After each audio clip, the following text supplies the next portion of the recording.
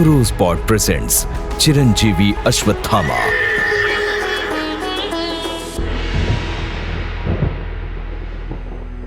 हर एक पिता अपने बेटे के भविष्य के लिए चिंतित रहता है, तो आचार्य द्रोण भी अपने बेटे अश्वत्थामा के लिए चिंतित रहते थे।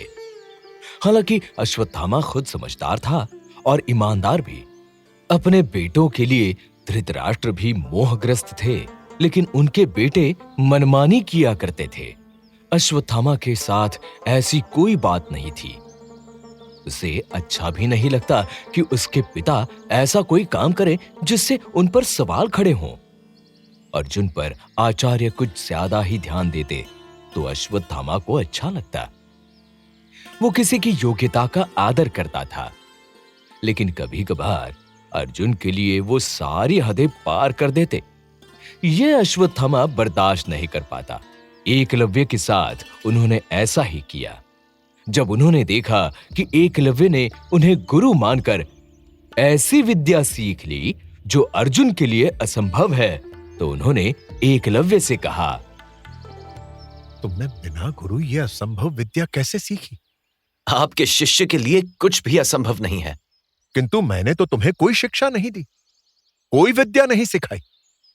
बताओ, कौन है तुम्हारा गुरु?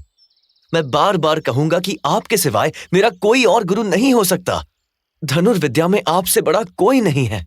तो एक कुत्ते को बिना चोट पहुंचाए बाणों से उसका मुंह बंद कैसे किया? यह तो कोई सिद्ध धनुर्धर भी नहीं कर सकता। आपने जब अपना शिष्य बनाने से मना कर दिया तो मैंने आपकी प्रतिमा बना ली और उसे ही साक्षी मानकर अभ्यास करने लगा। ये आपका ही आशीर्वाद है कि मुझे धनुर्विद्या के अभ्यास में कभी कोई संकट का सामना नहीं करना पड़ा। सारी विद्याएं बहुत ही सहजता से सिद्ध हुई और मैं धनुर्विद्या में पारंगत हुआ। और इस तरह एकलव्य ने अपनी विद्या का सच साफ साफ बता दिया। उसे लगा था कि गुरु द्रोण उसकी प्रतिभा और कौशल से बहुत खुश होंगे और आगे बढ़कर गले लगा लेंगे, लेकिन ऐसा नहीं हुआ। पांडव और कौरव राजकुमार हैरानी से देखते रह गए।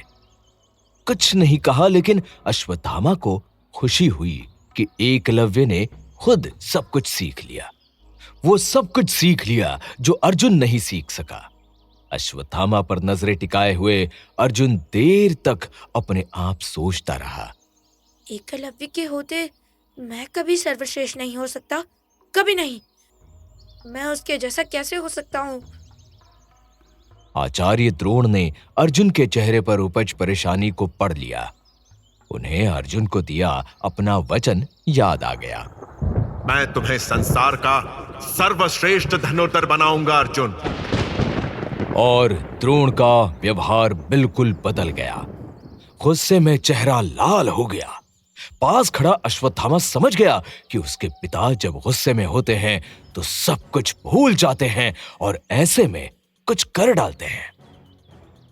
खैर, अश्वत्थामा को उस तूफान का इंतजार था जो अभी आने वाला था, और आखिरकार गुरु द्रोण का गुस्सा फूट ही पड़ा।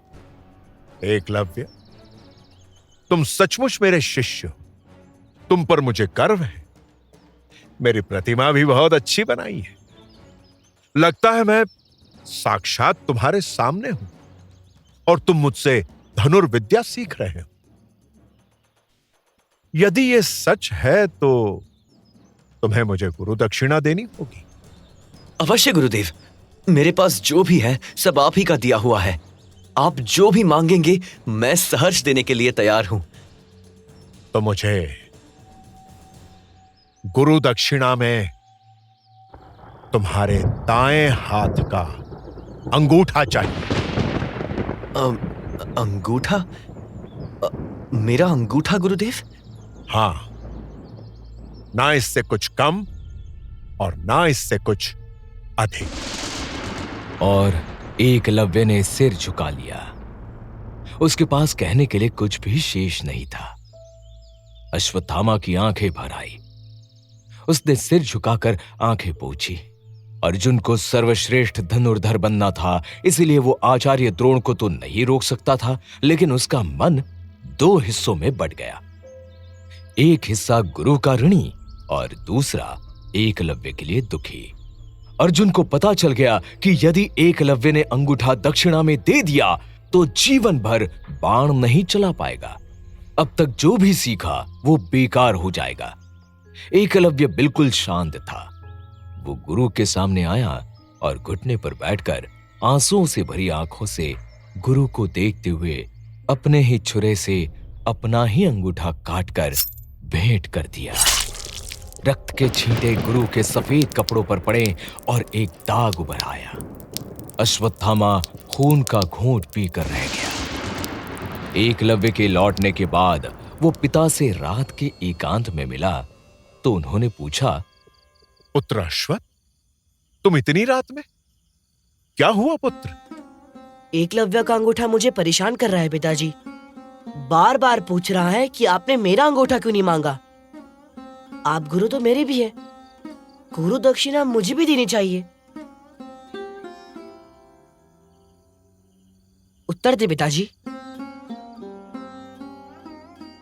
प्रतीक्षा करो पुत्र, उत्तर के लिए प्रतीक्षा करो। उचित समय में प्रत्येक प्रश्न के उत्तर मिल जाएंगे। कटा हुआ अंगूठा सामने पड़ा हो और रक्त के धब्बे चेहरे पर पड़े हो तो प्रतीक्षा करना असंभव है पिताजी। मैं नहीं जानता कि आपने क्या सोचकर एकलव्य से गुरु दक्षिणा में अंगूठा मांगा, परंतु मैं स्वयं को दोषी मानता हूं। दोषी कोई नहीं है पुत्र। गुरु दक्षिणा का विधान मैंने नहीं बनाया और गुरु दक्षिणा देने वाला एकलव्य पहला व्यक्ति नहीं है। यह लंबे समय से चली आ रही परंपरा है। किंतु पहली बार किसी गुरु ने अपने शिष्य का अंगूठा मांगा। मैंने पहले कभी ऐसा नहीं सुना। प्रत्येक गुरु अपनी आवश्यकता के अनुसार दक्षिणा लेता है बेटा। मैं जिन परिस्थितियों में हूं उसमें दक्षिणा में अंगूठा लेना अनुचित नहीं है। आपने केवल अंगूठा ही नहीं, उसका भविष्य छीन लिया। अब वो जीवन भर बाण नहीं चला पाएगा। व्यर्थ विवाद नहीं करना चाहता अश्वत्थ। तुम हिरण्यधनु के पुत्र एकलव्य का सत्य नहीं जानते। जानते हो कौन है हिरण्यधनु? मैं केवल एकलव्य को जानता हूं पिताजी। तो सुनो, एकलव्य का पिता हिरण्यधनु निषाद राज है। वो जरासंध का सेनापति है और जरासंध मानवता का बहुत बड़ा शत्रु है। एकलव्य भी जरासंध की सेवा में जाता और वही करता जो उसका पिता करता है। मैं नहीं चाहता कि मेरी धनुर्विद्या का प्रयोग नरसंहार के लिए हो।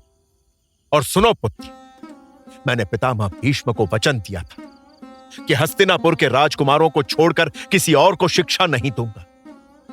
मैं अपना वचन भंग कर एकलव्य को शिक्षा नहीं दे सकता था।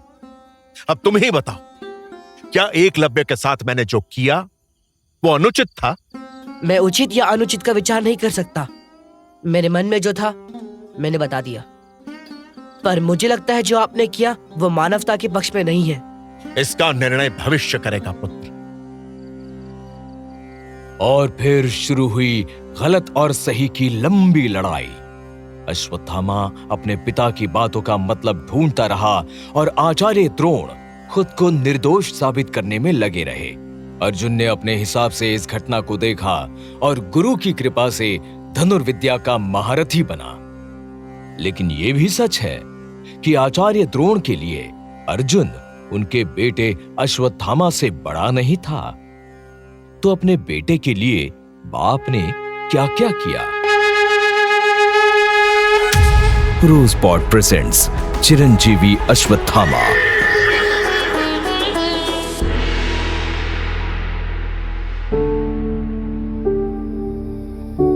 Rosepod Productions. This podcast is now available on Rosepod India YouTube channel. Like, share and subscribe.